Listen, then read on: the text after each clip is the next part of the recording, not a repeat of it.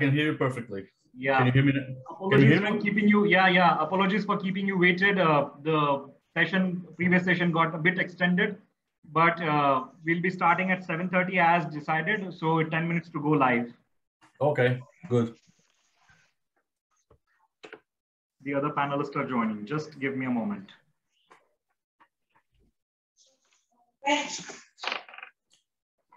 Hello, Steve. Hello, Diego. How are you? Good, good. How about you? Yeah, very good. Thank you. Very good indeed. Okay, cool. I was reading some of your profile this morning, and you definitely were at the beginning of esports. Yeah, I was 20 years back now. Things were a bit different back then than it is now, but yeah, good progress. Unbelievable, because I can remember, well, my son, at that stage, my son was just beginning to tell me that he could make money from playing games. And I was telling him to get himself a real job. Yeah, for sure. But perceptions change over the years, and now we see many more parents like encouraging their children to actually pursue gaming and gaming as a career. So yeah, big changes in these 20 years. But you are still a young industry, so yeah. Yeah, I interviewed. There's a company called Quest, and it's a startup, but it's just joined up with Ooredoo in Qatar, and there's 8 games that they're gonna bring one individual. They're building a purpose-built villa so that they can look after the players. There's going to be 8 teams that they're part of. Or 8 games that there's going to be individuals, and they're going to prep them and get them ready to play these games and try to get them to the highest of standards. Oh, wow. Which is really good, especially for the Middle East. Yeah, really nice. We are working very closely with Dubai and the Dubai government and tourism office. Never been to Qatar actually, but we host a series of the most important female-oriented esports festival all around the world. So we've been every place except Africa at this point. And we are really big in Dubai. We had the last event of the year before the pandemic as well in February last year. We were really lucky because the lockdown was like in effect 2 weeks after the event, which was like a funny aspect because we were the last esports event for the last like 2 years. But yeah, things are really developing in the Middle East, so it's really incredible. I don't know the situation in Qatar though. It's growing without a shadow of a doubt. It's growing quite a lot. I also interviewed because we got Qatar Sports Tech here, and I interviewed another company which was from Jordan, which was called Fate. Okay. Have you heard of those? They're doing. I haven't. They're doing what they do is they manage players. Okay. So manage players in teams. Okay, so they are like an agency. Yeah, like that. But they're, by all accounts, they're doing really, really well. They're doing extremely well. No, a lot of people are doing great and interesting things at the moment at the space. So yeah, I can't know them all. I know quite a few all around the world. But yeah, I think we should chat sometime about the Qatar and get a Qatar situation as well. Yeah, perfect. That would be great. Okay. I think we are okay. 5 minutes. Okay. So the beginning is like we'll have a bit of introduction time, right? And then we'll get to the questions. Exactly. So there'll be. I'll just do the introductions. I've got 2 minutes to tell them to tell people that about myself, and then you've got, by all accounts, you've got 6 minutes to talk about yourself. Here we go. Okay.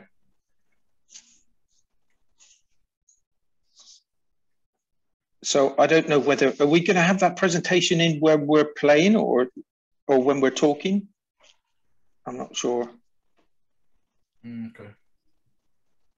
No, guys, it's just for the session start because that will be relayed to the audiences and then I'll withdraw it as we are going live.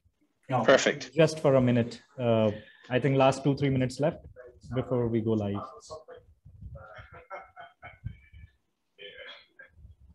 Okay. So we'll have one panelist short, right? but the schedule and script is the same, Yeah. right? Okay. I've got, there's 4 panelists.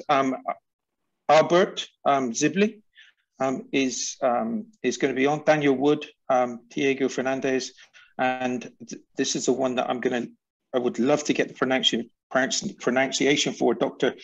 Shabedin.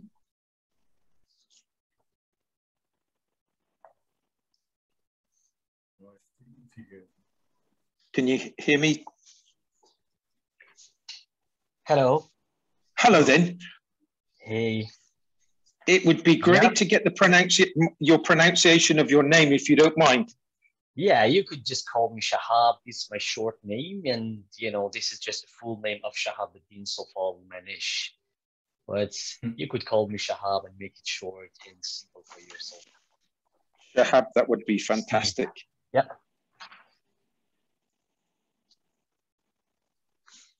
That would be brilliant. Thank you so much indeed. No problem. I was doing a search on all of you, and especially futsal is, do you know Keith Towser? Yes. Yeah, he's a friend of mine. He's right now working in US.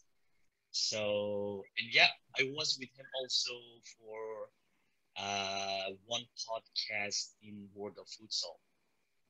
Yeah, he's a FIFA instructor and one of our goods. He's a great guy. I had him on our podcast.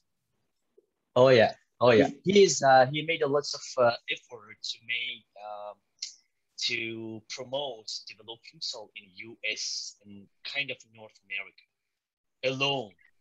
But right now you can see that the USA goes to World Cup after a while. So that's all come from his effort to promote futsal in US. Yeah. And I also interviewed, I don't know if you know, Futsal, is it Futsal Focus? Yeah, Futsal Focus, the other guy, I don't know Stephen. which guy. Stephen, yeah. Stephen McGettigan. Yep. He's also very good at, how can I say, just advertising futsal in the world, kind of, then... Correct, yeah. Introduce futsal. Steve, we are just going live in next 3 minutes. Mr. Albert is joining. So after he joins, we can go live. It's just 3 minutes left for the session. That's it. Okay. Please carry on.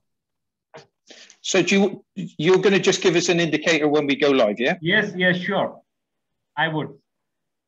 Perfect. The screen will go off and you will have your countdown. Perfect. Futsal is really gone a long way. I actually played futsal before futsal was named futsal, like on pavilions with how do you say in English? We've played with the wall, right? Before the futsal and futsal rules and everything. And I played the first tournament in Portugal of official football, and I was actually a national champion of football here. I'm not Ricardinho's quality, of course. I'm just an average player, an amateur. I see. But yeah, futsal really gone a long way. It's awesome. Yeah, to see. right now it's completely different now in terms of the financial and like money wise, and also having the For sure. Like going in and out the players like abroad playing with the other countries, like all the leagues, and hopefully in the near future we could see futsal as one of the sports moving to Olympic. That's the hope for everyone right now. And right now in about 2 weeks we are having the World Cup in Lithuania. Yeah.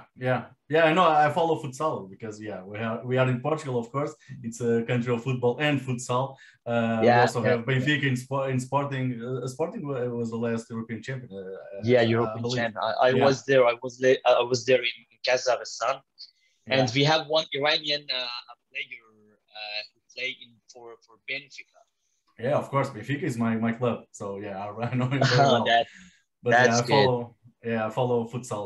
It's one of my passions. That's good. And I heard that it is pretty. It's massive in Portugal, right? It really is massive. we are a country of football, for good or bad. So yeah, we really love football and futsal, of course, by extension. Yeah.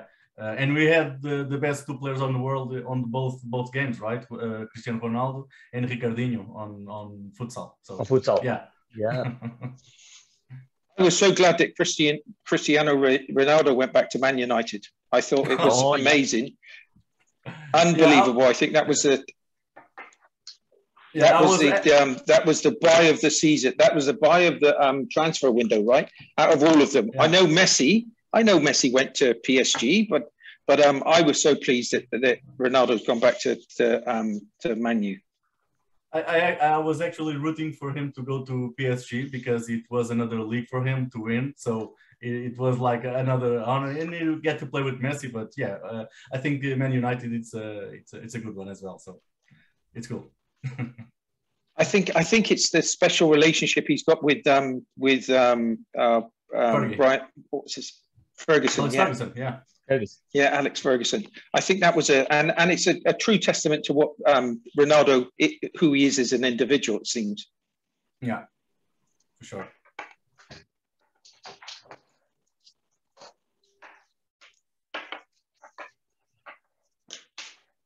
So we are still waiting for Albert, right?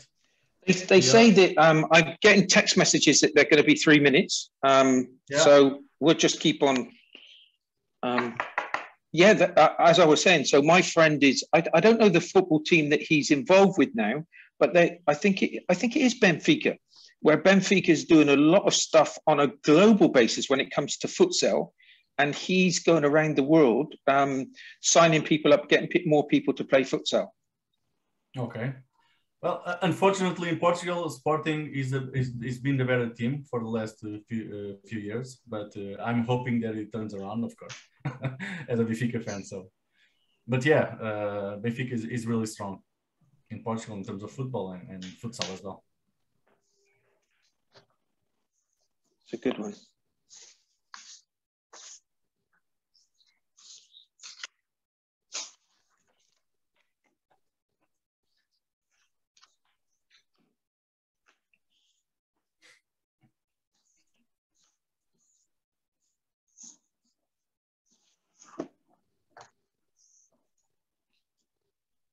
I always get really nervous at these. I don't know why I put myself through it. I really don't.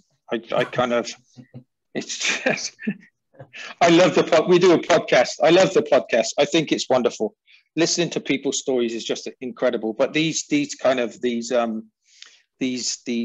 throughs is I get so nervous with them. It's just. Okay, last one.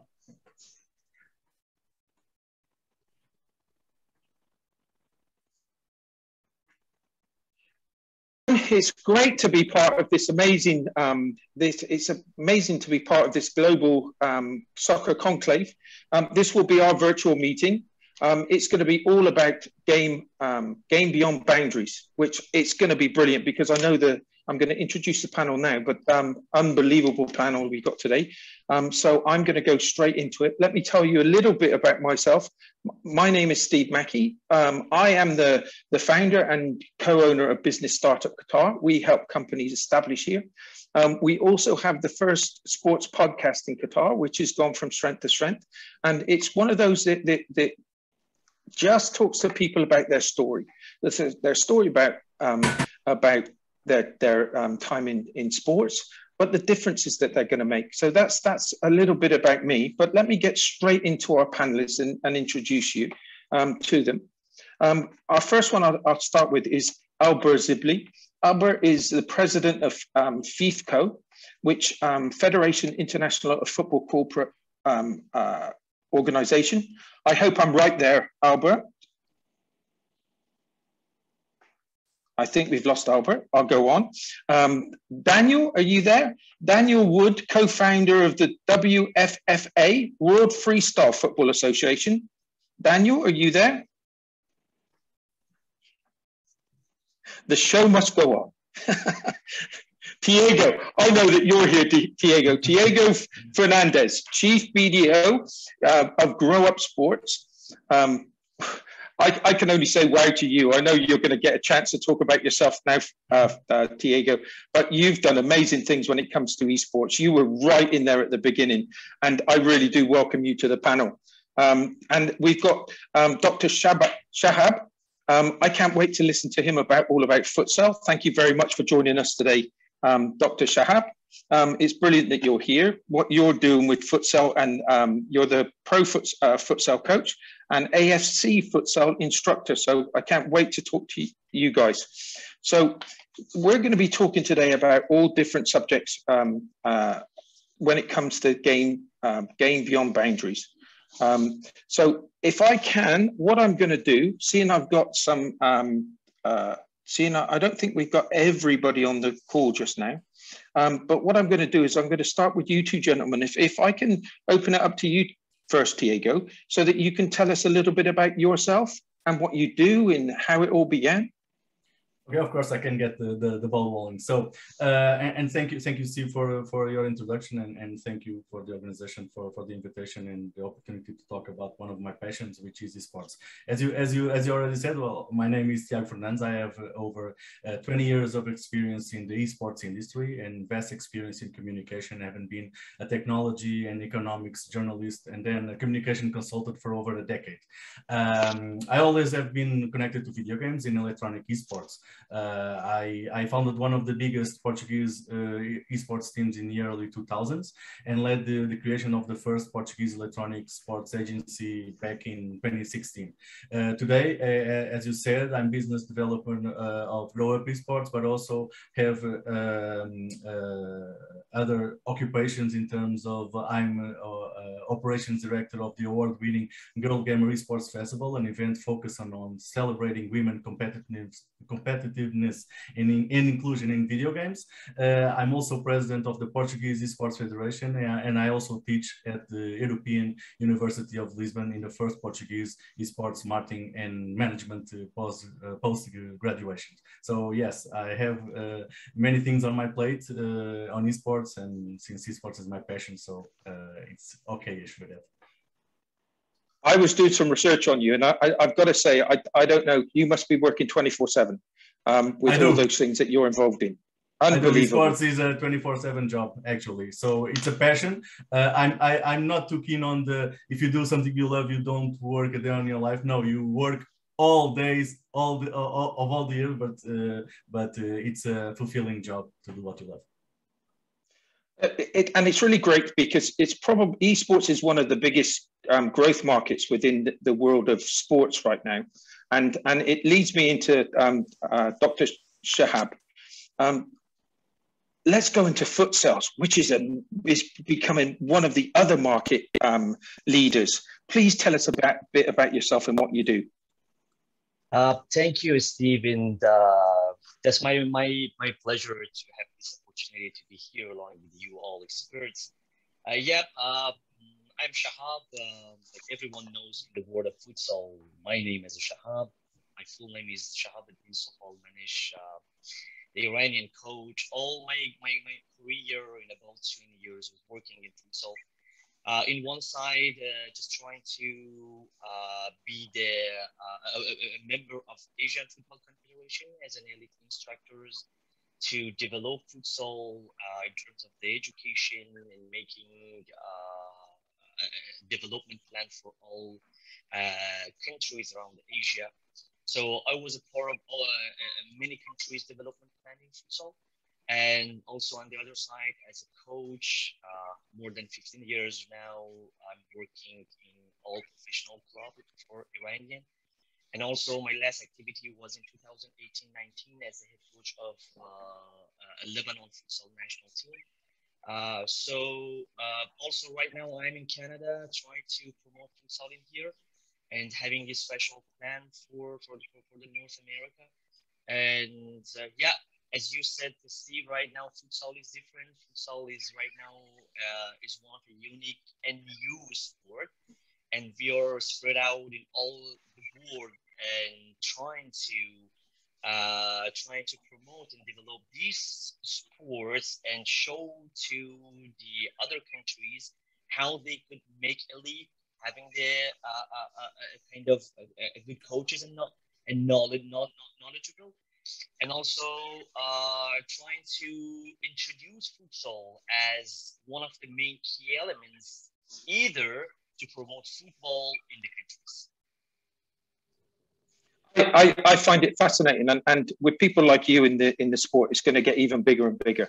And I know that we both know Keith and Stephen, and you're doing an amazing job when it comes to futsal. So congratulations. It gives me great pleasure now to introduce Albert Zibli.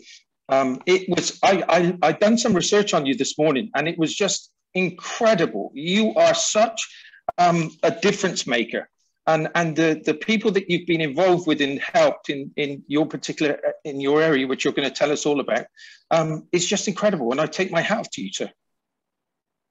You're very kind. Thank you very much. This is actually a very nice intro, and I appreciate it greatly. It's not an easy job what I do. It's actually quite challenging, but it's a labor of love. If I'm still involved in this, it's because the passion just runs through the veins. So I'm here for it. And could you tell us a little bit about yourself and what you exactly, I know that I should have said Federation of International Football Corporate Organization. Am I right there? Yeah. International Federation of Corporate Football. So we started basically 2009, and it came to me really as an epiphany. I was head of the Canadian Chamber of Commerce here on the eastern part of the country. And it just dawned on me that life had to be more than just sitting in front of a screen. It had to be something else. And I wanted to put my passions and my skill set to work. I'm a former professional football referee, so I needed to be part of the game at every level. And I just had this idea to try to speak to some of the chief executive officers of different companies to say, why don't we put your employees to work, not only to work, but also to play. Let's have a little fun after all, right? It can't just be all work and no play. And it kind of grew from there. So I started here in Montreal. I'm based here in Canada. And we started out with 6 teams, playing 11 aside every summer. And then we grew to the point where today we're here in Montreal, we're about 18,000 players, about 700 companies. And then I expanded it globally, because the idea was, why don't we get a Champions League going with all the big companies, right? And at the end of the day, look, we're all older guys. We're probably a bit heavier than what we used to be when we were younger, but we need to be active. We still have the same needs to be active. We need to socialize. We need to network. We need to create team spirits. And so today we're 2.5 million players and about 150,000 companies over 65 countries. And we host a World Cup every year, which is a 5-a-side. And this year's World Cup will be in Dubai in October. So in a nutshell, that's who we are. Whoa. I'm in Qatar. I should have said that. I'm in Qatar. So that's a real that's a winner for Dubai. I wish it was here, but we got the World Cup next year. Obviously, it's that's going to be quite exciting too. Exactly. You never know. We might be in Qatar too. So I might pop in and say hi one of these days. I'm definitely hoping so. I am definitely hoping so. It's going to be a pleasure to meet you. I don't know where. Could I just ask, is Daniel with us yet? Daniel, are you there? That's a pity, because he, from a World Freestyle Football Association, I was really wanting to kind of ask him a lot of questions. But if he joins us, what I'll do is I'll go back to him and we'll talk to him too. But what I'm going to do now is I'm going to ask you some questions that we've put together. So I'm going to start with you, Albert, first. And what I was going to do with the first question is, what are the recent developments in corporate football, and can you talk about its impact in developing ecosystems like Asia and Africa? So it's actually a very pertinent question, because the developments is very simple, that we're focusing on the non-player, right? We're focusing on not the youth player, not the professional player. We're focusing on the 35 plus crowd. And this 35 plus crowd, for one reason or another, either have never played, have forgotten to play, or have left the game behind them so far that trying to bring them back is a challenge. Why is that important? For 2 reasons. Number one, this player is a working person. So as an individual, they have a higher net worth. It's important because there's a correlation between what we do and what the professionals do, is that we're creating a link. We're creating a sort of a sense of belonging. A 35-year-old who's playing football for his company not only has the pride to play football and wearing the company colors, but there's a competition. There's a cup. They're going to win something. They're going to advance wherever they are in the world up to a World Cup. And so what that does is that these individuals are being brought back into the game. Now, these individuals can be chief executive officers, can be managing directors, can be a janitor. It doesn't really matter because on the pitch, we're all the same. But the beauty of that is that we are all sort of engaged in the game. So we're watching the game, we're buying merchandising, we're going to professional games. So we're very much engaged. I think that how this is going to bring about in terms of the ecosystem, especially in Africa and Asia, is that Africa and Asia is still developing. Even though you have some fantastic players coming out of Africa, you still have to develop the game. If you are anywhere in Africa or some of the poorer regions of Africa, there is no real professional league. There is no real development. But here's an opportunity to sort of bring these individuals back into the fold, right? These are individuals that may be chief executive officers and might be interested in investing, sponsoring, maybe an up-and-coming pro league. This is a very important aspect of the game. In regards to Asia, Asia is developing much, much faster than anyone had ever expected. I mean, it's growing leaps and bounds in terms of investment, sponsorship, but also in terms of the older crowd. And the more we get these people involved, the more engaged they are. I mean, I think that in a nutshell, what the global governing body has done is kind of neglected this kind of market space. The 35 plus is considered just a fan. It's just a person buying a ticket. In my opinion, it could be a lot more than that. And I think this is sort of our 2 cents of bringing in into the sort of the global ecosystem of the game. I think you're so right. And we do a street soccer here in Qatar, and we brought it over. It's just a small arena, 27 feet by 18 feet. And the one things that I would say is going into parks, we were playing this football till 4 o'clock in the morning, literally, and we had queues. Yeah. And it was only where you were able, it was a small arena. And so people, larger people and larger kids didn't feel intimidated by going onto a big pitch. They could go onto a small pitch. And I think the social implications of what you said is so right. You've got to get those kids and the adults meeting new people. Sport is a great leveler for all different types of nationalities. And I think that's so, and I think you've got a massive opportunity, especially in Africa. Africa, they don't really see sport as they don't see the value, I don't think. And where do I get that information from? I get it from people that I speak to within the podcast. And they're saying exactly that. It's something that they don't see real value. And what you're doing, I can see that they can gain that. And as you said, getting more people in partaking. I'm going to go on to an India course. India is just a growing sport. Their priority was into education. Cricket. Education. And it was something, yeah. And it was just something that they're now coming alive with, especially with futsal. Well, I'm sure we'll talk about that in a minute. I'll go on to another one. How is corporate football supplementing the commercial aspect of mainstream football? So we've seen a couple of studies come out of the UK and out of Denmark, building a correlation between corporate football and professional football. So I'm going to give you a live example of how this is sort of interacts. Here in Montreal, we have an MLS club, and one of the chaps that works in the ticketing office said, "Hey, listen, why don't we go out and play in the corporate league?" And the notion was really dead on, because he said, "Look, we have to sell season tickets, we have to sell merchandising, we have to sell other tickets. What best is to go to the working people?" And so they came to play in the corporate league. And after every game, they would hand out little paraphernalias, little souvenirs, and their business cards, and say, "Listen, if you ever need tickets, give us a call."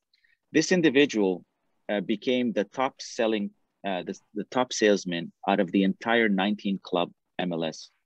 No one sold more than this guy in any other market in North America during the season. Now, think about that in terms of what that means for this individual. I mean, forget the fact that he's now become a superstar within the MLS because he's broken all the records in selling tickets. But he's engaged the people that should be engaged in this game. It's not only engaging the youth. The youth is important because this is our future. The youth is the ones that are going to be taking over the ranks and playing in the pro leagues. But who is going to be sitting in the crowd watching them? It's not only their parents. It's guys like us. It's guys like us that work every single day, 9 to 5. We punch in, we punch out. And then once in a while, why not go catch a game? And that's what gets us engaged. And you know, UEFA came out with a study this past summer saying that they, you know, post-COVID, they are expecting a 40% decrease in participation. This is huge. If this is true, you're looking at a destruction of the game in Europe. Now, where else are you going to go out and get more people to get involved? Where else are you going to get more people to buy tickets? I mean, this is going to be a detriment to the way the game develops if we don't get more people involved in the game. And I think that this is our link.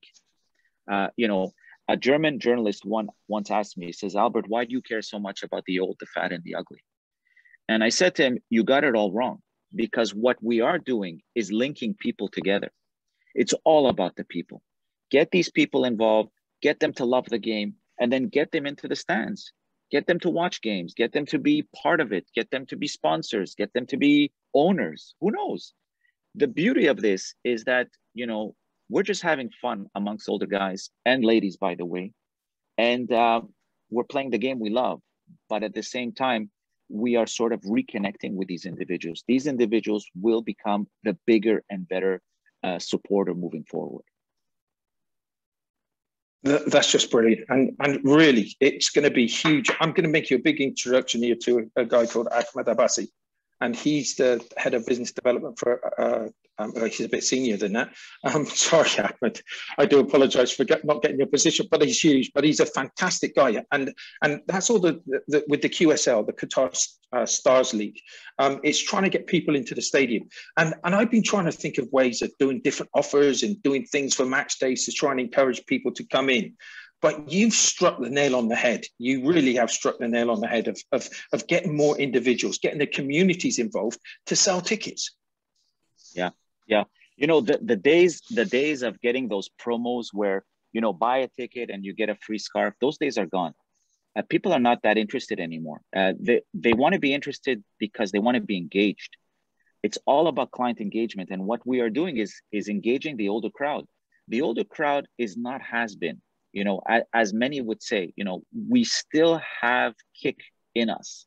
We can still go out to the pitch. We can still play. We can still have fun. And this is the way we sort of connect. I mean, think of it from the bigger picture. If, for example, a World Cup would happen in one of the professional stadiums, we'd all become instant fans of this club. We would all buy all their scarves and whatnot because we were there. I can now have a claim to fame and say, hey, you know, I have a badge of this stadium. I've been there. And that's really the engagement that people are looking for, in my opinion.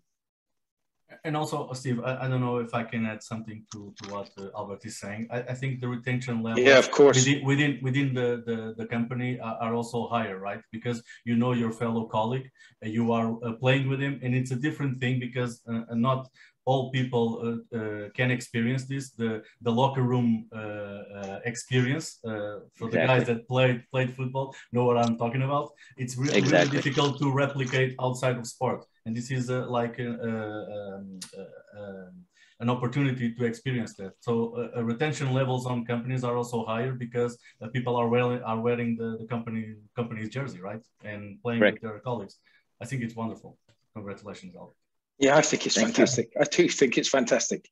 I think it's wonderful. I think that there's a lot more places that are going to need this. And it's so good to be able to just, because you've got friends that, no, I'm not going to play. Come on. And it's the encouragement, it's that backup and support that you give them to want to get involved in. Then they never look back. That's brilliant. Exactly. Honestly, Yeah, fantastic. And I really do mean this, Albert.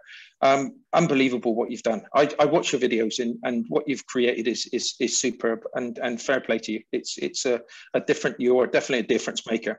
I'll go on to Diego. I will go on to you now, and I've got some questions for you as well. So here's your one, Diego. What are the new opportunities that were created in esports during the pandemic and saw a huge rise in the participation as well as the engagement? Okay, that's a tough one. I'll try to see it on both sides, because most of the news that come out as a result of the pandemic are almost all positive, but things were not all positive. So the esports industry, like the rest of the world, lives in anticipation of the end of the pandemic and return to normality. Unfortunately, it was not this year. Hopefully it's next year. But since the pandemic hit, all live events were canceled or postponed to this year and now to 2022. So although this shift to a reality without physical events was natural for esports, since esports live in its essence in a virtual space, as you all know.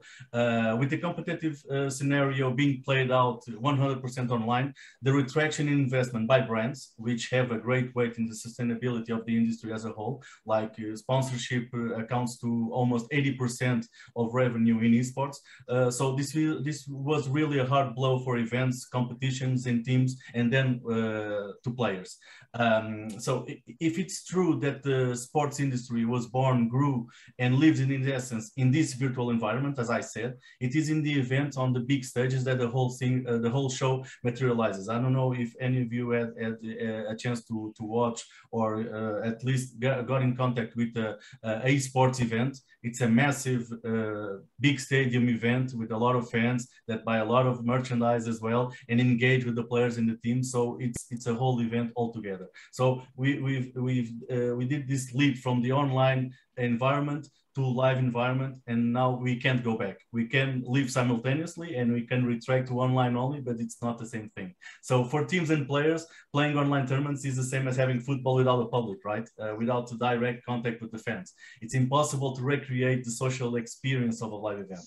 On the other hand, at least for the great majority of teams and clubs, the cancellation of events also created some financial struggles, right? Because the presence on these events and on gaming fairs, it's also another source of income through various activations that they carry out on these gaming fairs.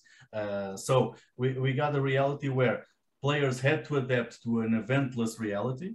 However, this adaptation happened naturally, of course, but as a rule, since the virtual space is the workspace of the esports professional, seeing as a player they were not as majorly hit as teams and other aspects of esports.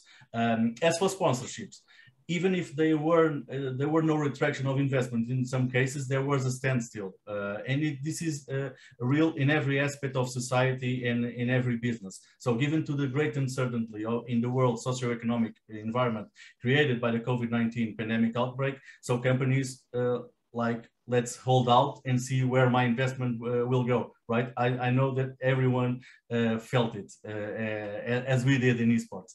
So, but it was not all bad though. I just like to point out the both aspects, because I don't feel it would be, I was doing justice just talking about one aspect and not the other.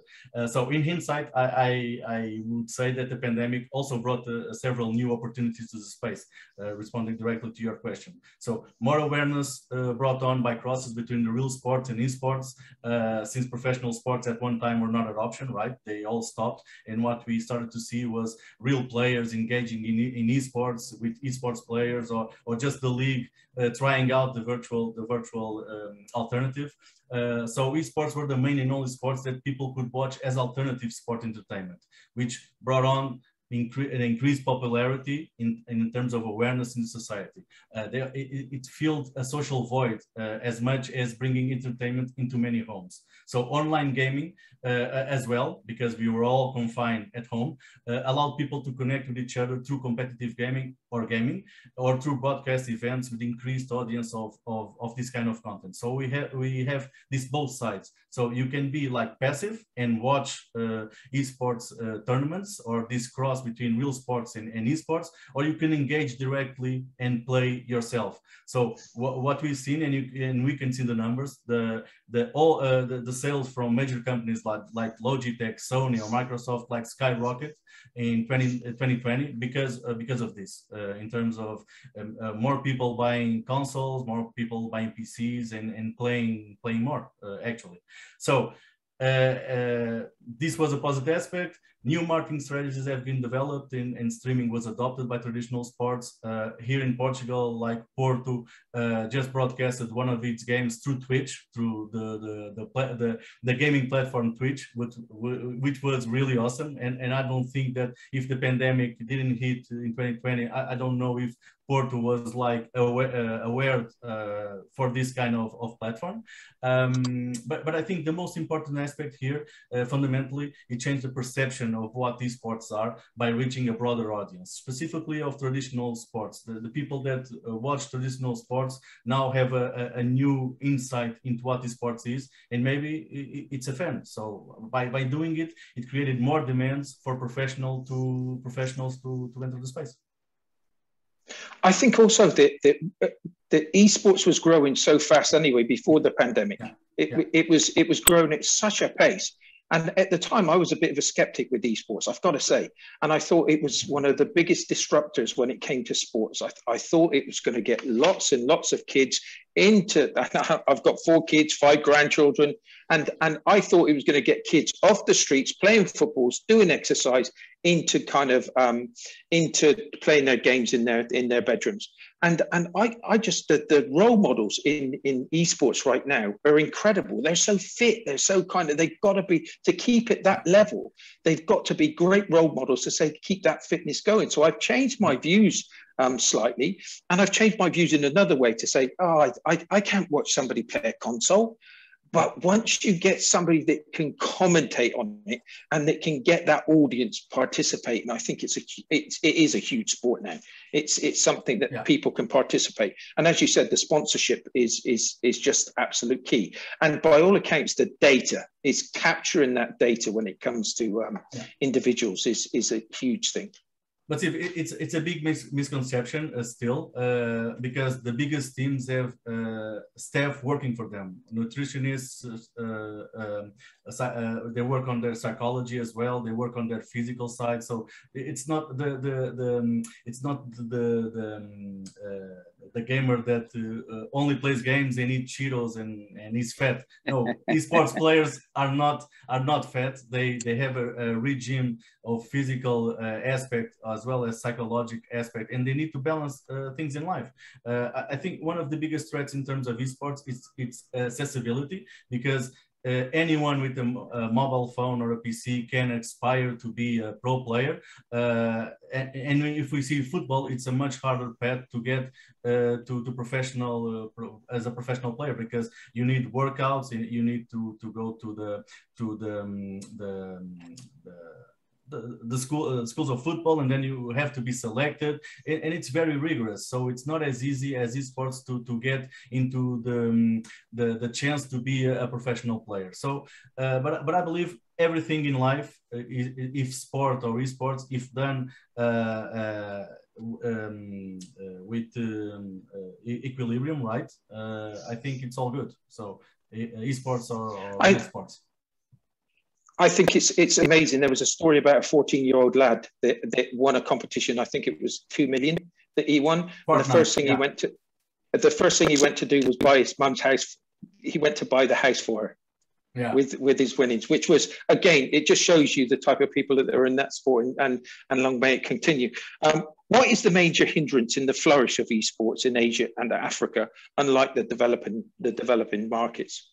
I think we should approach that question in 2 ways. So I would say that there are 4 fundamental aspects that need fulfilling to cover the bare minimum of what is needed to esports to thrive.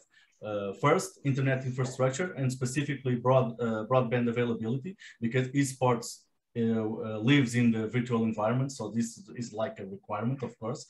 Second point, internet penetration in terms of getting the audiences to watch esports, because the esports are broadcasted on Twitch mainly. There are some competitions that are already broadcasted on live TV, national TV, but they're still the great majority on Twitch. Third point, develop gaming community so that you have a big number of players. And fourth, of course, sponsorships that ties to audiences and gaming community numbers naturally.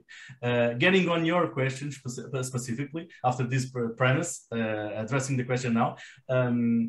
First, we need to specify which part of Asia are we talking about, because Asia is the world's largest and most important region for esports now, followed by the US and Europe, but mainly pushed by East Asia. So we are talking like China, Korea, Japan. South Korea specifically is considered like the birthplace of modern competitive gaming, because they launched in the early 2000s the first totally professional esports league of the game StarCraft. I don't know if anyone is a gamer. Maybe I'm talking like StarCraft. What is that? But it's like a strategy game, which were broadcasted live on TV at the time. So it was huge. I already talked about the effects of the COVID-19 pandemic earlier, but just so that you see what's the importance of the Asian market. Even with the pandemic, the Asian market specifically still managed to grow despite esports operators had to shut down their physical events and shift to digital broadcasts. So it's huge. I can pinpoint the same problems for the slower growth rate of the other 4 Asian regions as Africa. I will not bundle them, but I can talk specifically about one and then the other. Although it has to be seen case by case, so I don't like make some mistake in talking about some region which is developing. I'm saying it's not. We have to see it case by case. Like Southern Asia and Singapore specifically, for example, has seen exponential growth, and everyone is talking about how they can become the world's force in esports, as the government is committed to support companies in the industry. The region is also a front runner for mobile esports, which might be the future of esports because of mobile and mobile gaming. Every one of us is a gamer. So if you really like Bejeweled or something, there can be like a professional league of Bejeweled, and you can be a pro player. So who knows, right? So everyone can be a player nowadays. So as I said, this is not like a clear-cut case and really needs to be seen case by case. Africa, on the other hand, is a different issue altogether. It is the world's youngest continent, if I'm not mistaken, with 60% plus of its population being under the age of 25. I might be mistaken, but I have like these figures in my head. But on the other hand, Africa only has 40%-ish of internet penetration and lags behind every other region in proportion of internet users. So you are asking me about the hindrance. This is a big issue, of course, with Africa. So this, along with the infrastructure and lack of sponsorships, are the biggest problems of the mass adoption of esports in the continent. But esports is on the rise. As you said, it's a young industry, but is growing exponentially year by year and growing all around the world. Africa is no stranger to this. Africa is also growing in terms of gaming culture, adoption of internet, especially broadband, as I told earlier. But although penetration is still quite low today. But if you see the case of South Africa, for example, is huge, with a vast talent pool of esports players and fans being nurtured in the country. So who knows? If we tick these boxes, you might as well nourish the esports environment and get to grow and be a prominent country in esports. With my introduction with you, it was like you got into this industry at the perfect time. People must have thought that you were a little bit crazy because, okay, it was never at the level it is now. But they must have thought to themselves, why are you getting in this marketplace? It's just not there. it's really interesting because I started too as I'm not saying I was a pro player because I was not getting paid. I played for fun and then played for hardware like keyboards or mouses or whatever. It was just the fun. It was the I told earlier the locker room experience that I had from playing football. I had the same in esports, but only in a virtual environment. That's what got me up and loved and fell in love with esports. But as you said, it was a different time. My meetings back then was we are from an esports company, and what is esports? Well, we play games competitively, and that's a child's game or whatever. So our meetings were like this. Now it's the companies that talk with us. The companies want to know what esports is because esports is the sport of the future. And don't be mistaken, it will be as big as football one day because we are ready. The work that we are doing in the Portuguese Federation and International Federation of Esports is working with the IOC in terms of having esports recognized as a sport. And there are several studies that are out there to read that explains that an esports player, for example, has more interactions in an esports game than a Formula One driver has in a Formula One race. So why can it be considered a sport? Why chess is a sport and esports is not? We truly believe that esports is a sport. It has to be worked and seen as a sport, but also we need to balance things in our life, right? Not playing 24/7. Also have physical sports in our lives. Have balance with the household, with the girlfriend or wife or something. But yes, it's turning out to be a real sport. I don't know if my answer was extensive. I hope I answered your question.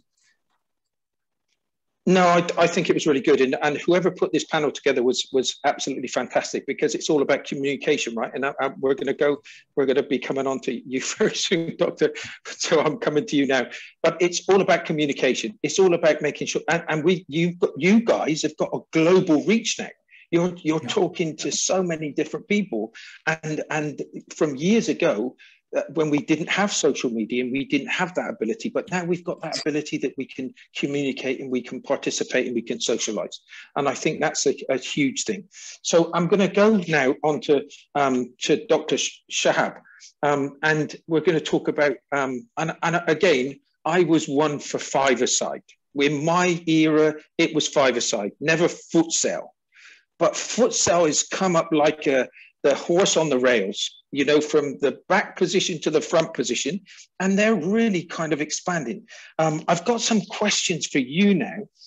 Is why do you think futsal is popular more so than football? That's a real debatable thing there in some regions in Southeast Asia. Yeah, you're right. Still, we can't say that much popular. We can't.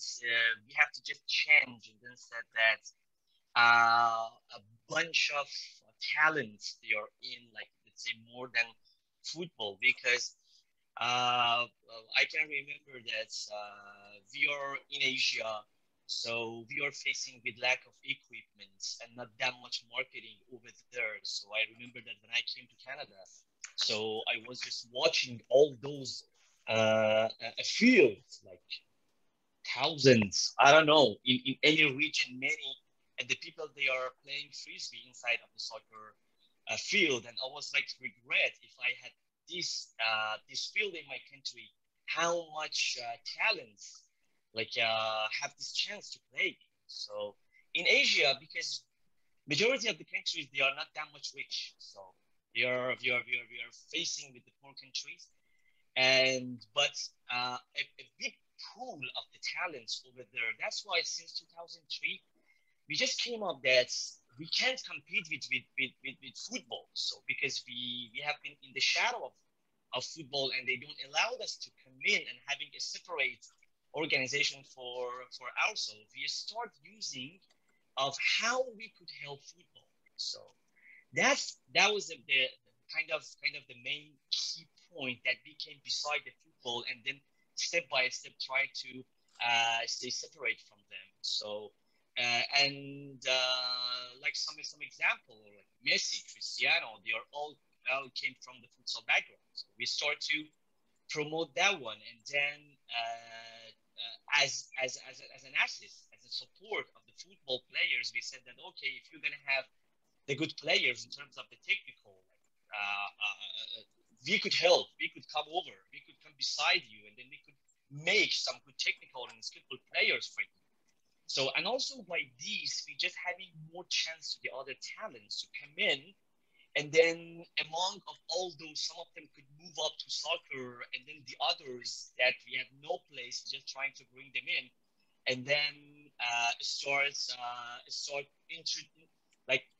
intro futsal to them, because still futsal is not recognized in some countries. Like, because I had this experience in Canada, if you go to the street and ask the people what is futsal, they don't know. Still, they are just thinking about the indoor soccer, five-a-side, whatever. So that was the main reason that we tried in Asian Football Confederation to make a map. So, and then because some countries like Iran, some Arab countries, they are having a specific month. We call them Ramadan. That after like at the night, we are having this culture to making this small side of the game to be more attractive, like as a fun, as a hobby, and then thousands of people they are coming just to watch and having some fun moment, making some fun moment for themselves. We all try to use all those small details to put it together, and then create the futsal as a specific sport. So as we all know, what is the first effect, the first impress of the game that everyone watching football is technical abilities that everyone will enjoy. So how fast they are, everyone will enjoy. How many scores, so everyone will enjoy. So that's why we just try to put all those small details together, and then making a map in the Asian Football Confederation. So we just start making a very good base in terms of education, and trying to provide the coaches to have more time to talk about the futsal. And then after, with the sponsors, marketing, we start to moving around the Asia and just trying to make some facilities and kind of equip, because you know that making one big stadium is very difficult, but making a small one to lead all those talents to come over and start doing some abilities and showing themselves is kind of accessible. Like, let's say in India, we are having 1.2 billion people. So I was there in 2018 in Mumbai and Goa, and I was like watching closely how much talent, but with no plan. Who has to make this plan is coming from the Asian Football Confederation. Right now, we are in Asia. We are having more than 20 million players who play futsal. We are having a professional league over there. Our players transfer to the other countries like Portugal, Spain, Italy. And also some players from Europe, they are coming, the coaches, they are coming. And we are having a very specific plan for the education. We are having a different courses from level 1, level 2, level 3. We are having a separate department for the referees. We are having a separate department for the fitness, for the psychology, all related to the futsal. And right now, from 2018, we are having a club licensing certificate. If any club is going to go through the futsal, they should prove of some details to get the certification, and then start moving forward as a professional club. That's all the details that how we try to promote futsal in Asia. And this is the result of all those tough tasks since 2003 till now, for the budgeting, marketing, sponsors, and making the coaches so lead. And on the other side, you see how much competition we are having in Asia. We are having the Asian Futsal Championship. We are having under 19. We are having a club championship, and we are having the women club championship, and also women championship.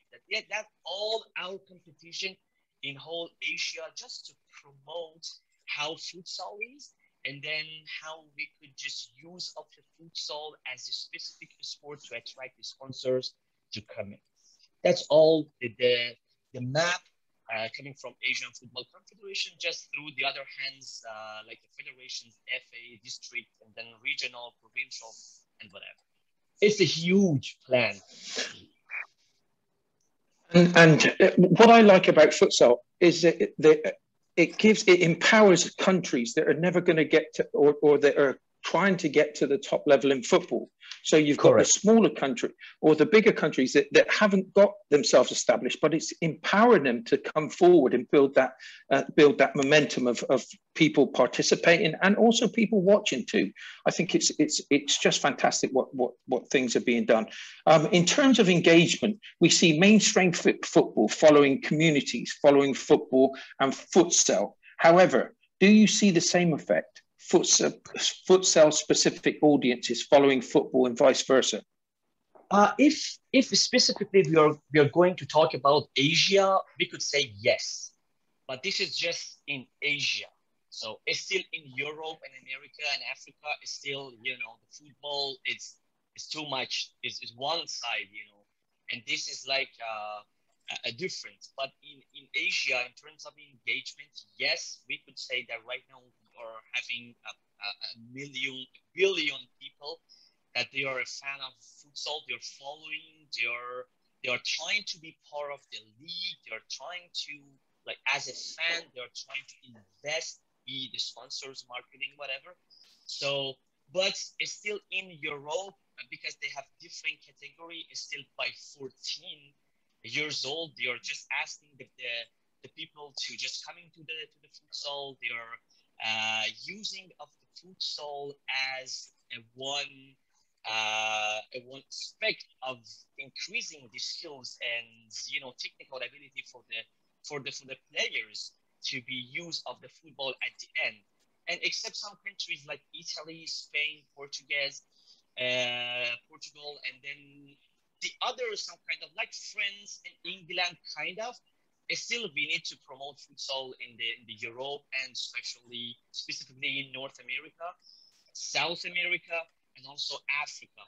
Still, we are facing with some issues over there. It's still not that much popular, but I believe that all those plans needs to come from the confederation, how they are promoting, and if they are following the Asia, I believe that they could reach out to that place soon, because there is lots of talents that they keep away from being football players, and they still have the chance to be a futsal players. That's a difference. I was gonna do a little jokey one for you to look up and you just answered it there. I was going to say to you, as futsal, has it plateaued? But it doesn't seem so. It looks like it's going to grow double in size. Yeah, I know. Let's hope so, that because we are trying to convince the Olympic Committee to accept futsal as the one of the sports for them. And if it's so it's gonna be different. And now the other countries have more motivation to come and invest for that. Because right now we are having another partner called the beach soccer, and they put this department together, futsal and beach soccer. All right, so I'm gonna just make a joke, but if there is two TV, one futsal, one beach soccer, so the people actually just except Asian, the other people is trying to see beach soccer because it's beside the beach. You can see lots of bikini girls over there, and this is more attractive for the sponsors, because the sponsors, they're just focus on how much people they are watching. So we are right now we tried many years just establish the futsal as a name, provide the league and whatever. But right now the FIFA put this beach soccer attached to our name, and right now again we are trying to make a big fight and big argue with the FIFA that just please make it separate, because we don't want to have this as a brother, beside us. So we're just gonna be separate. We are trying so much, and then hope that in the near future we could get that place. Yeah, I agree that it's different sports altogether, and I don't agree that like a football is like a complement of football, and if you can't be a football, you can be a futsal player. I don't think it's true because even Ricardinho tried football in Portugal and he couldn't make it. He couldn't. And he's like, yeah, and he's the best was the best futsal player in the world. Other players can do the transition.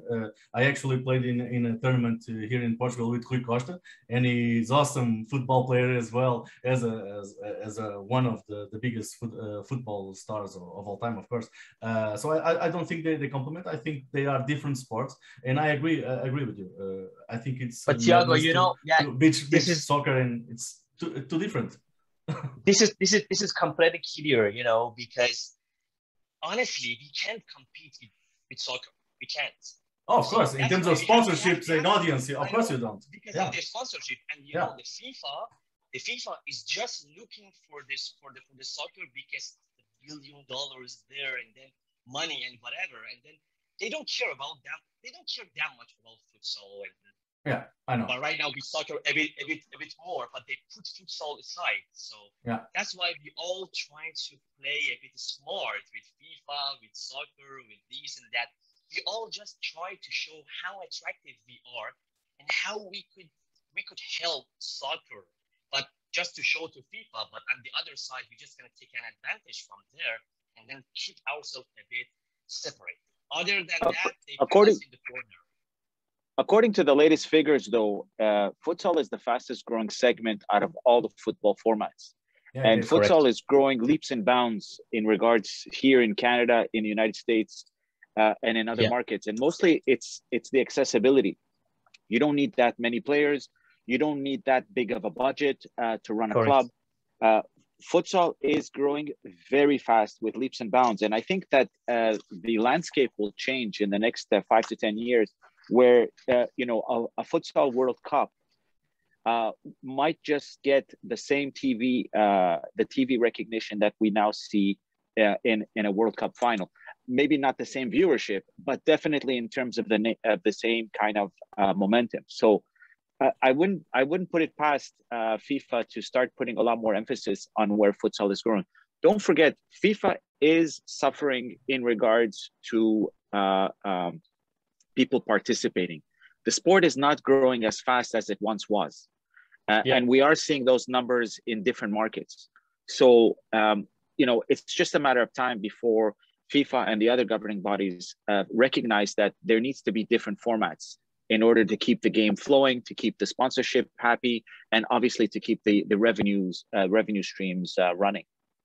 Yeah, and I know I'm a bit naive talking like this, but futsal is such a fast-paced sport. It's so different. I think the similarity with football is the ball and the goals, right? Yeah. The rest is so different. And just we need to promote it in the other countries. We need more countries to have the league, to have the like participating more like professionally, not like part and part. Right now we all aware of the activity in US. It's fantastic.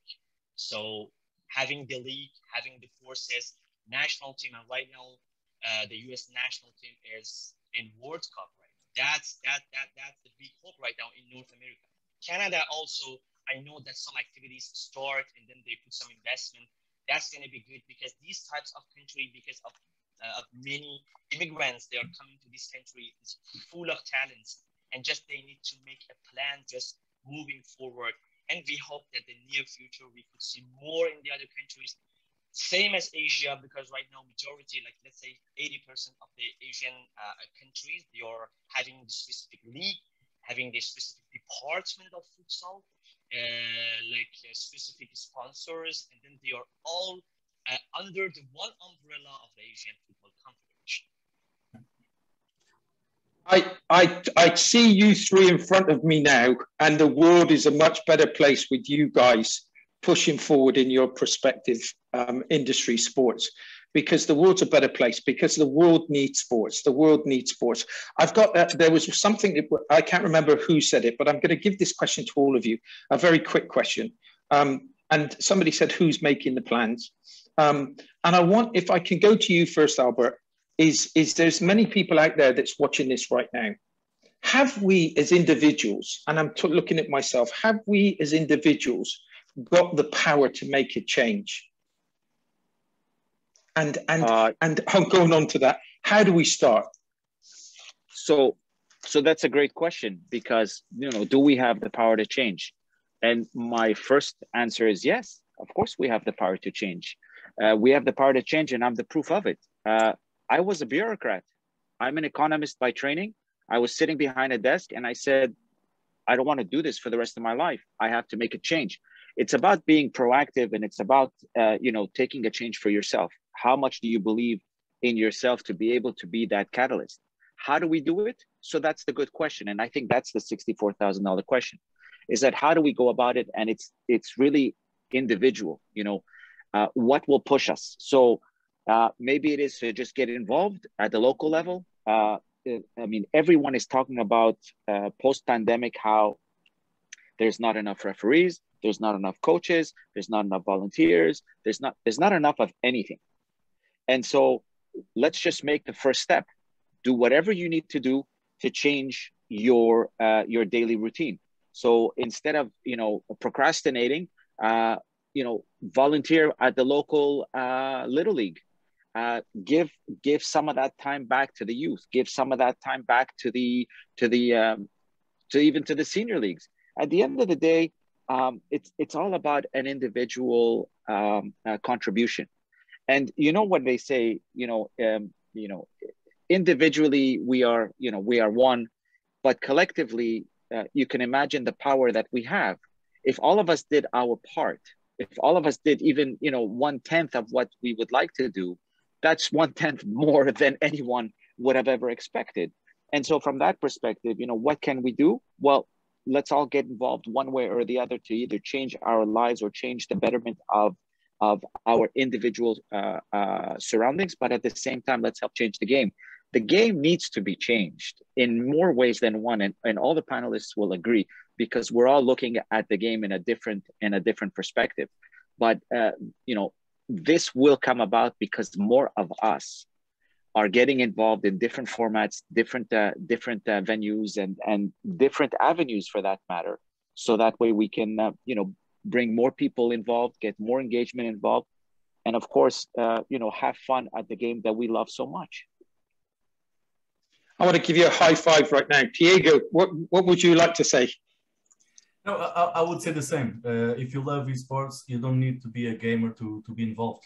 Just be involved. I think that we are a fast-growing, fast-paced industry, but there's the one thing that we are lacking is the talent of other areas that the industry still doesn't have because it's very young. We need marketeers, we need economics, we need marketeers, social media guys. So outsiders that bring that talent back into the industry, it's priceless. So if you love esports, if you love gaming, you don't have to be good at games. You can be involved, like managing a team, managing the communication, managing the economics. So yes, I totally agree with Albert. I think it's the same for futsal, for corporate football and esports. Get involved. Yep. And the last word is with you, Dr. Shihab. Yeah, I'm also 100% agree with Thiago and Albert. So that's sometimes I'm just sitting and thinking to myself that this is the only job that I can do. I can't do any other job. So that's the things that all we are living for this sports, for us specifically in futsal. And all our moments is to think how we can affect and how we can do something to having more people beside us, to having more engagement. And however, the way how we attract the people to listening to us is so important, and this is the way how we have to do. And what a fantastic way to, the hour has flown by. What a fantastic way of ending this webinar, this talk. It's been brilliant being part of this panel with you all. I think that the one thing that I would say on top of what you four brilliant role models have done in your respective industries is always believe that you can do what you can do. Always take that first step. Look, and the first time I say to people is offer your hand in friendship. From a social perspective, get involved and see how you can help, because that little bit of help that you can do in the community will make all the difference in most cases. You will generate things that you never ever believed that could be possible. And I bet if I asked you that question, did you think today that you were going to be in this position? Or did you think it was just going to be something that you just done it because you enjoyed it? And now look at the three of you, huge in your industries. Thank you so much for being a part of this panel today. It was fantastic, and you've given people such a knowledge into your respective sports. Thank you so much indeed. Thank you, Steve. Cheers, everyone. It was a pleasure. Thank you, Steve. Thank you. That was a great pleasure. Enjoy. Thank you, everybody. Thank you so much indeed. Nice to meet you all. Bye. Thank you. Bye. Take care. Bye.